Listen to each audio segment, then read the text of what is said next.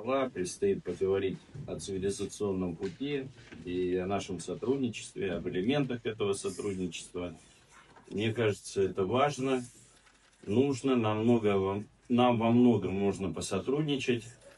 Я думаю, что коллеги из Абхазского университета, а также наших российских вузов, исследовательских центров успешно раскроют такую важную и актуальную тему. А мне хотелось бы рассказать несколько слов о трендах, которые есть у нас в России в области государственного управления, в области социального проектирования.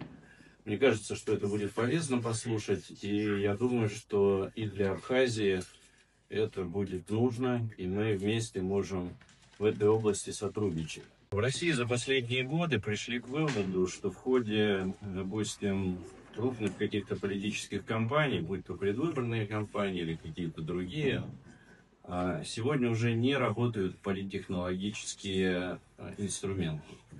Сегодня кампании выигрываются за счет и эффективны только за счет социальных проектов. Тех проектов, которые что-то дают людям. Простые политические проекты никого не интересуют в России на сегодняшний день. Никакие политические акторы и партии не выигрывают, если они не действуют по схеме «было», «стало» во время кампании и «будет завтра».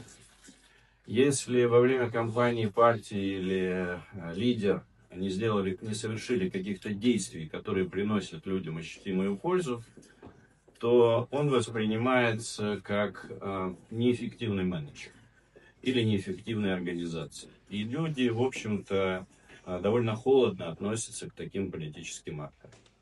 Поэтому в России сегодня очень актуальна тема социального проектирования, социальных проектов, реализации их, в основном по решению каких-то социальных важных для людей проблем.